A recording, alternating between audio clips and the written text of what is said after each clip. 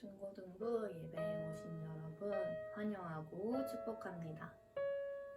우리 코로나로 계속 이렇게 온라인으로 예배를 드려야 하는 게 아쉽지만 또 이 가운데서 아버지의 섭리를 발견하고 하나님과 우리와의 1대1 교제를 쌓아가는 귀한 시간이 되었으면 좋겠습니다.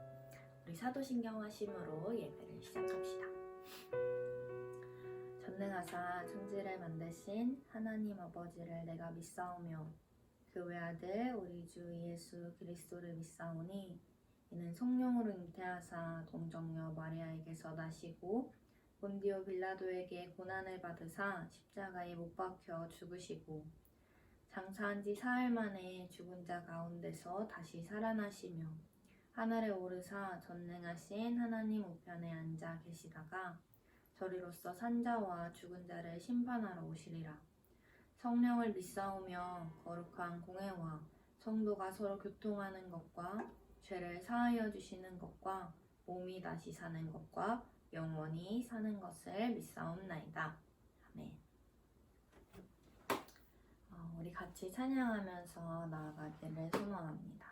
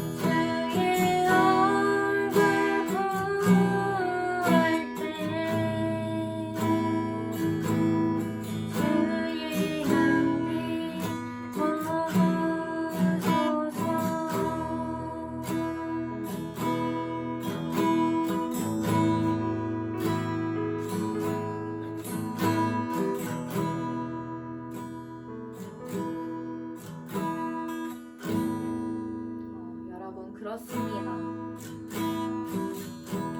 세상의 그 어떤 것도 우리의 마음을 채울 수 없습니다.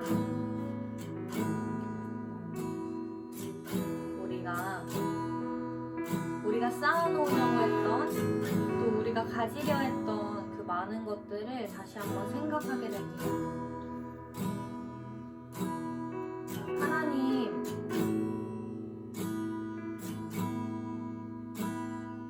내 욕심대로 가지려 했던 많은 것들을 하나님 앞에 내려놓습니다.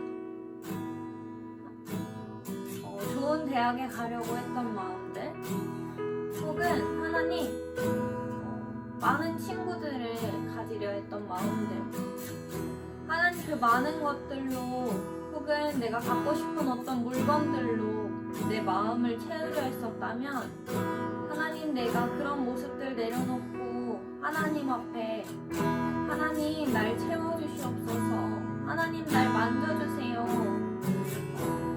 그렇게 하나님 앞에 고백하는 우리가 되기를 소원합니다. 하나님, 주님의 생명수, 아버지의 살아계시고 역사하심, 또 아버지가 나의 아버지 되신 그것이 내 안에 만족이 됩니다.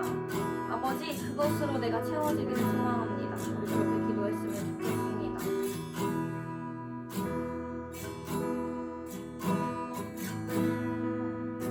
우리 하나님의 얼굴 구하는 중고등부 되기를 소망합니다. 하나님의 얼굴을 구할 때 주님의 향기가 우리 가운데 머물기를 또한 소원합니다. 우리 함께 기도했으면 좋겠습니다. 하나님, 향기 머무는 자가 되게 하여 주시옵소서. 아버지의 보혈로 내 안에 가득 채워주시옵소서. 다른 세상의 것을 구하지 않게 하여 주시옵소서. 이렇게 기도하면서 나아갑시다. 기도하시겠습니다.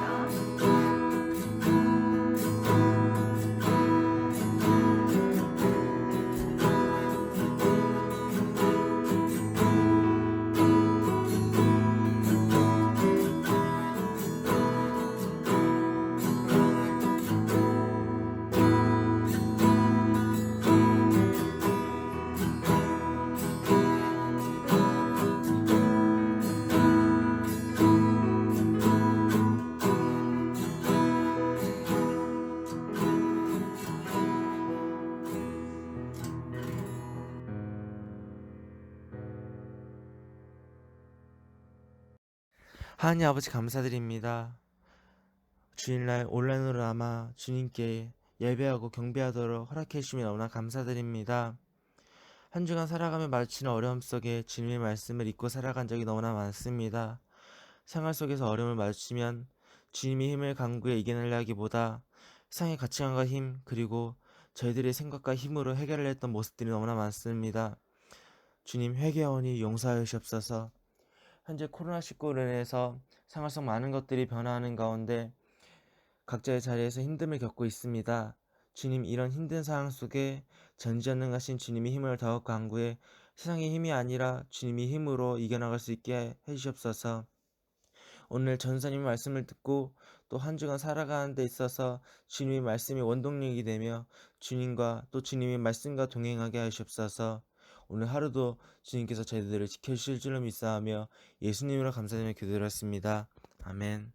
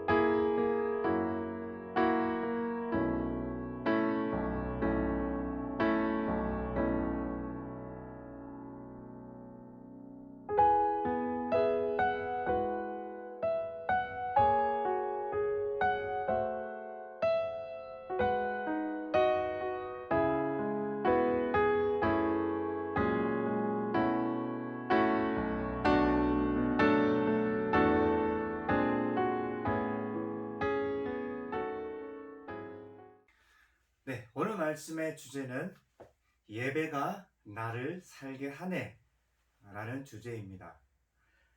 1절 말씀을 보니까 여호야김이 통치하던 시절임을 이 본문은 밝히고 있습니다. 이 여호야김은 왕입니다. 그런데 이 여호야김이 통치하던 시절 역시 하나님 앞에서 악행이 극에 달했습니다. 참 하나님의 마음에 참 합한 왕이 전 그 당시 어찌 그리 없었는가 이런 생각을 해봅니다. 한편으로는 참 안타까운 마음이 들기도 합니다. 저는 여러분이 정말 하나님께서 찾으시는 그런 합한 그런 사람, 하나님의 마음을 기쁘시게 하는 그런 사람이 되기를 소망합니다. 할렐루야. 그래서 하나님은 이 선지자 예레미야에게 경고의 메시지를 던집니다. 그런데 오늘 본문에서 하나님이 예레미야에게 경고하신 대상이 굉장히 눈에 띕니다. 그런데 그 대상이 바로 우리도 포함되고 있다는 사실입니다. 2절을 보니까 여호와께 예배하러 온 사람들이었어요. 바로 예배자들이었던 겁니다. 왜 하나님은 이 예배자들을 향해 경고했을까요? 네, 그들에게 진정한 예배가 없었던 겁니다. 그들의 예배는 거짓이었습니다. 그들의 예배는 형식적이었습니다. 그들의 예배는 타락했습니다.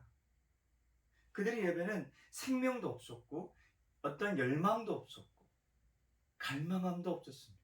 뜨거움이 없었습니다. 오늘날 하나님께서 우리에게 주목하시는 것은요, 바로 진정한 예배입니다. 살아있는 예배입니다. 중심이 있는 예배입니다. 또한 삶의 예배입니다.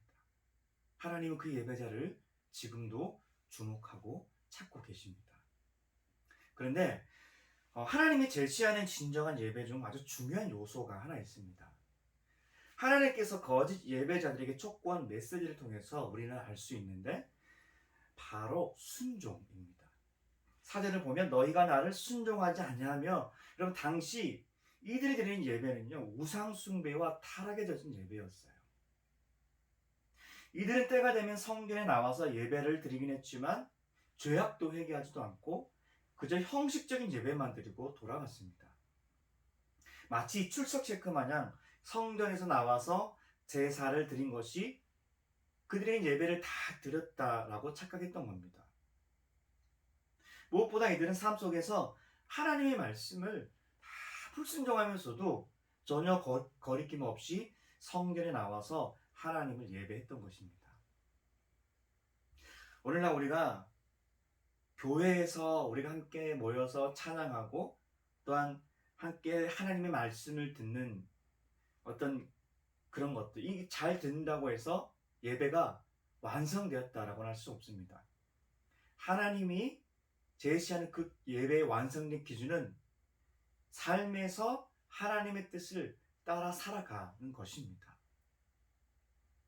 여러분, 삶에서 하나님의 뜻을 따라가는 여러분 되기를 진심으로 소망합니다. 그런 예배자가 되기를 소망합니다.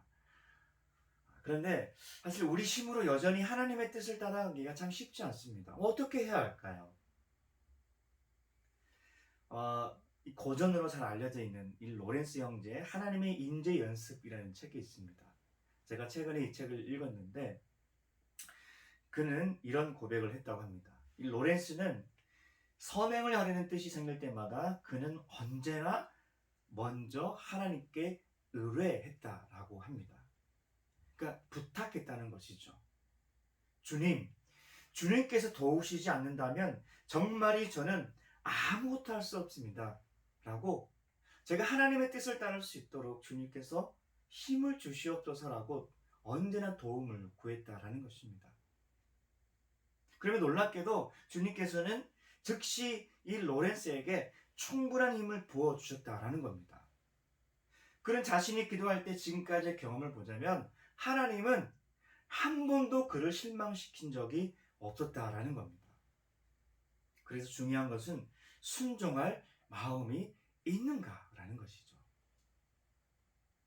여러분, 우리가 삶에서 내가 하나님 말씀대로 좀 살아가야겠다, 하나님의 뜻을 좀 따르기로 우리가 마음이 먼저 결정이 되고 또 작정하고 그리고 하나님께 구한다면 하나님은 반드시 그 일을 행하게 하신다는 거예요. 중요한 것은 우리의 마음이라는 사실입니다. 우리의 마음에 어떠한 순종한 의지와 결단이 먼저 시작되어야 한다는 겁니다. 그리고 그것을 붙잡고 기도할 때 하나님께서 그 순종을 행할 능력을 주신다는 겁니다. 여러분 삶의 자리에서 하나님께 간절히 기도하고 도움을 구하면서 하나님께 나아갈 때 여러분들에게 그 순종할 힘을 하나님께서 부어주실 것입니다. 중요한 것은 여러분의 마음이라는 것입니다. 그런데 거짓 예배자들은요, 하나님의 경고의 말씀을 반드시 드려야만 합니다. 왜냐하면 반드시 문제가 찾아오기 때문입니다. 먼저는요, 사람들에게 조롱의 대상이 됩니다. 6절 말씀을 보면 저주거리라고 하는데, 즉 조롱거리라는 뜻입니다. 여러분, 우리 안에 예배가 죽으면 세상의 조롱거리가 됩니다. 우리 안에 예배가 힘이 없으면 세상에 조롱거리가 된다는 거예요. 우리 안에 예배가 살아있지 않으면 세상에 조롱거리가 된다는 뜻입니다. 오늘날 나는 기독교인입니다 라는 그런 사실을 알리기가 정말 꺼려지는 시대이죠. 왜냐하면 사람들이 요즘 교회를 얘기하면 칭찬보다 욕부터 많이 하기 때문입니다. 교회는 다 똑같다고 생각을 합니다. 그런데 냉정하게 따지면 교회가 욕먹는 이유가 바로 그리고 우리 그리스도인의 책임이 있다라는 것입니다. 어쩌면 그 책임이 크다라고 할 수 있겠죠. 여러분, 친구들과 아무리 지내도요, 여러분 친구들은 우리의 행동을 지켜보고 있다라는 사실입니다. 그러나 우리가 남에게 손가락질을 하기보다 우리 자신부터 삶의 예배자가 되면 나를 보고 하나님을 보게 될 것입니다. 할렐루야. 왜냐하면 하나님의 말씀대로 살아가는 그런 사람치고는 조롱받는 사람이 거의 없기 때문입니다. 그런데 정말 큰 문제가 하나 있습니다. 하나님은 이 거짓 예배자들이 돌이키지 않으면 반드시 죽고 성전이 무너질 것임을 경고합니다. 이게 가장 큰 문제이죠. 다른 말로 하면 재앙입니다. 여러분, 우리 안에 예배가 죽으면 우리의 신앙이 황폐해지는 거예요. 무슨 말이냐? 하나님과 단절된다라는 겁니다. 하나님과의 관계가 무언가 어떤 큰 벽으로 인해서 가로막힌다, 이런 것입니다. 여러분, 우리 몸은 살아있지만 우리의 어떤 신앙은 마치 죽은 사람과 같습니다. 이 풀어서 말하면 하나님에 대한 감각도 없고 감격도 사라지고 시들시들해집니다. 말씀에 감격이 없습니다. 예배에 대한 어떤 열망도 없어지고 억지로 예배를 드리게 됩니다. 교회나 하나님에 대한 시험이 가득하고 불평과 비판이 가득합니다. 결국 세상으로 눈과 마음을 돌리게 됩니다. 우리의 만족을 예배로부터 시작된 것이 아니라 세상으로부터 우리 안에 어떤 만족을 누리기 시작하게 된다라는 겁니다. 우리 안에 예배가 죽으면 하나님이 아닌 세상에 추구하는 것을 따라 살게 됩니다. 반대로 예배가 살아있으면 기쁨과 소망 그리고 능력이 생긴다라는 것입니다. 오늘날 저와 여러분의 예배를 한번 점검해 봅시다. 할렐루야. 특히 코로나로 인해서 예배에 대한 감각이 무뎌지고 또 예배에 대한 가치를 잃어버릴 수 있습니다.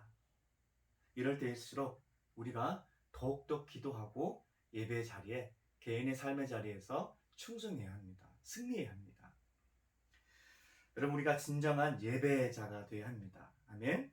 혹시 우리의 예배 속에서 오늘 말씀처럼 이 거짓 선지자들처럼, 거짓 예배자들처럼 그런 예배의 모습을 모습이 보인다면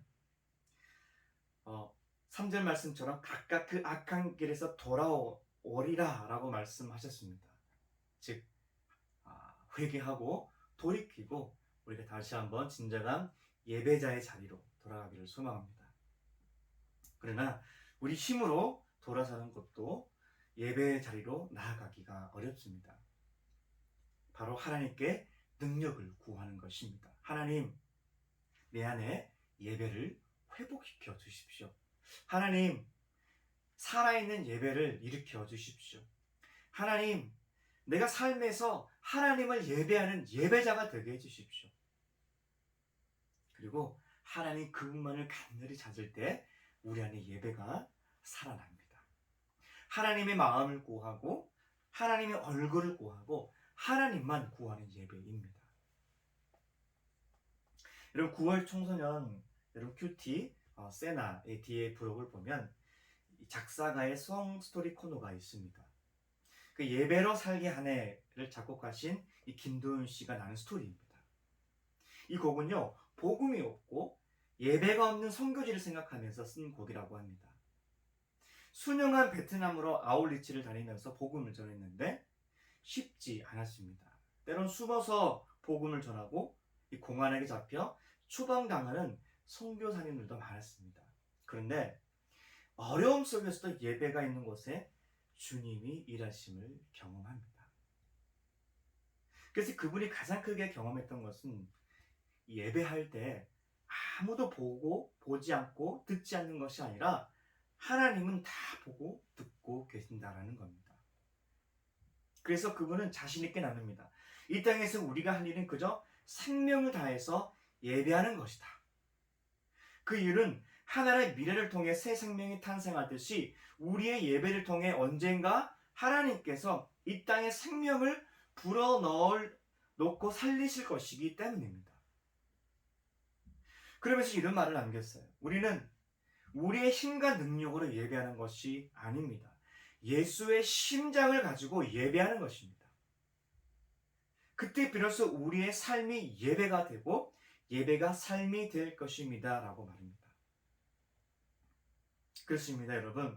예배는 우리의 힘과 능력으로 하는 것이 아니라 예수님의 심장을 품고 하는 것입니다. 하나님의 마음을 구하고 하나님의 얼굴을 구할 때 진정한 예배가 시작될 것입니다. 할렐루야. 전도사님 인생에서도 정말 잊을 수 없는 그런 감격의 예배를 경험한 적이 있습니다. 전도사님이 청년 시절에 제가 캄보디아 단기 선교를 갔을 때였습니다. 선교사님께서 개척한 교회를 방문했는데 당시 성년의 많은 아이들이 또 그리고 몇몇 어른들이 모여 있었습니다. 그런데 그분들이 찬양을 하기 시작하는데 갑자기 소름이 돋으면서 마치 환상을 본 듯한 어떤 그림이 제 눈앞에 펼쳐지는 거예요. 수많은 아이들이 찬양하고 함께 찬양하는 그 자리에 마치 천사들도 그곳에 함께 모여서 함께 찬양을 부르는 것 같은 그런 그림이 펼쳐졌던 것입니다. 그들에게는 화려한 악기도 없었습니다. 화려한 건물도 아니었습니다. 그런데 제 마음에 표현할 수 없는 감격, 어떤 주체할 수 없는 눈물이 쏟아져 있는데 그 눈물이 슬픔이 아니라 어떠한 기쁨이었다라는 것입니다. 감격이었던 것입니다. 그 예배 가운데 저는 딱 한 가지만 보였습니다. 하나님. 딱 하나님만 보였습니다. 하나님밖에 보이지 않는 거예요. 제가 느낀 것은 제가 천국은 가보지는 않았지만 이런 게 정말 천국일까? 하나님의 나라는 말로 표현할 수 없는 어떤 그런 감격이 있다는데 도대체 하나님 나라에서 예배는 어떤 곳일까? 그때부터 하나님의 나라의 예배를 처음으로 사모하게 되었습니다. 하나님의 나라가 이런 것이라면 지금도 하나님 나라에 당장 가고 싶다라는 그런 생각이었습니다. 여러분, 예배는 세상이 흉내낼 수 없는, 절대 흉내낼 수 없는 은혜와 생명력이 있습니다. 왜냐하면 예배는 하나님으로부터 시작되었기 때문입니다.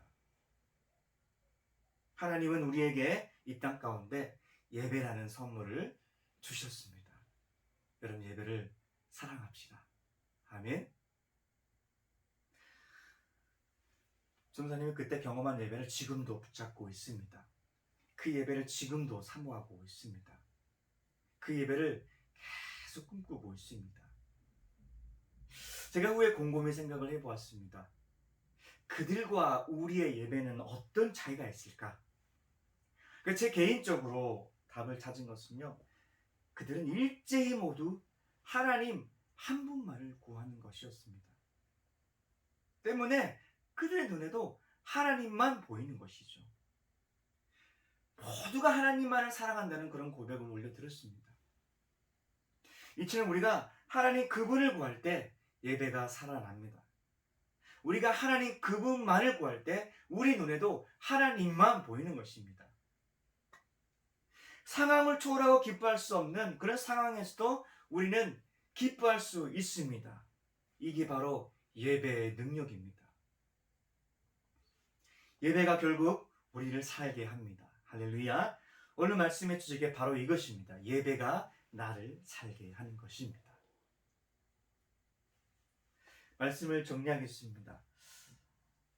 오늘날 코로나로 인해서 모이는 예배가 중단이 되고 또 삶의 자리에서 우리가 예배를 드리게 되었습니다. 어쩌면 우리 안에 예배가 점점 시들시들해지고 힘을 잃고 있는지도 모릅니다. 그러나 우리가 비록 잠깐 모이지는 못하지만 여러분의 삶의 자리에서 오늘 말씀처럼 다른 그 어떤 것보다 살아계신 하나님 한 분만을 바라보며 하나님을 찬양하고 예배할 때 그 자리가 예배 자리가 되며 그런 예배가 시작될 때 여러분 삶의 자리에서도 예배가 살아나는 능력을 경험하게 될 것입니다. 예배가 즐거워질 것입니다. 예배를 통해서 이 땅에서 어떠한 흉내낼 수 없고 이 땅에서 얻을 수 없는 어떤 세상이 아니라 하나님께로부터 온 힘을 얻고 여러분 세상에서 담대히 싸울 수 있는 어떤 그런 은혜와 생명력을 얻게 될 것입니다. 여러분 삶의 자리에서 예배하십시오. 할렐루야. 네, 하나님이 주목하시는 것은 우리 안에 진정한 예배입니다. 우리 삶의 예배가 죽으면 우리의 삶이 조롱을 받고 우리의 영적으로 황폐해집니다. 예배가 살아나야 합니다. 하나님 그분만을 구할 때 예배가 살아날 것입니다. 할렐루야. 기도하겠습니다. 살아계신 하나님 감사합니다. 오늘 우리에게 예배를 허락하심을 감사합니다. 하나님, 우리가 삶의 자리에서 오직 하나님 한 분만을 구하는 그런 예배자가 되게 하여 주시옵소서. 우리 안에 예배가 다시 회복되게 하시고 살아나게 하시고 더욱더 능력의 예배가 되어서 하나님께로부터 주신 그 은혜와 생명력을 공급받아 세상 속에서 담대하게 우리가 예배자로 살아갈 수 있는 은혜와 믿음을 허락하여 주시옵소서. 감사합니다. 예수님 이름으로 기도합니다. 아멘. 일주일 동안 또 잘 지냈나요? 맨날 하는 인사가 똑같죠. 사회적 거리두기 2.5단계가 한 2주 정도, 1, 2주 정도 더 연장한다고 합니다. 많이 답답하고 힘들겠지만 이럴 때일수록 기도하며 하나님 말씀에 꼭 붙잡혀 있는 자들이 됐으면 좋겠습니다. 오늘 아침에도 일찍 일어나기 쉽지 않았죠. 학교 가지 않으니까 더 일어나기 쉽지 않을 텐데 우리가 열심히 기도하며 이 코로나가 빨리 물러갈 수 있도록 우리가 열심히 기도했으면 좋겠습니다. 태풍이 또 올라온다고 합니다. 우리 친구들 많이 밖에 나가지 말고 이럴 때일수록 더 조심하며 잘 견뎌냈으면 좋겠습니다. 우리가 어디에 있든지 예배하는 자에게는 하나님이 함께 하시는 거 아시죠? 삶의 예배자가 되는 우리 중고등부가 되었으면 좋겠습니다.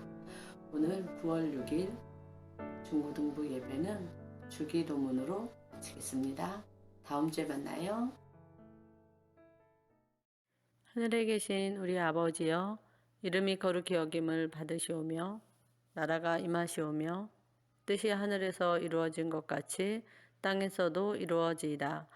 오늘날 우리에게 일용할 양식을 주시옵고 우리가 우리에게 죄 지은 자를 사하여 준 것 같이 우리의 죄를 사하여 주시옵고 우리를 시험에 들게 하지 마시옵고 다만 악에서 구하시옵소서.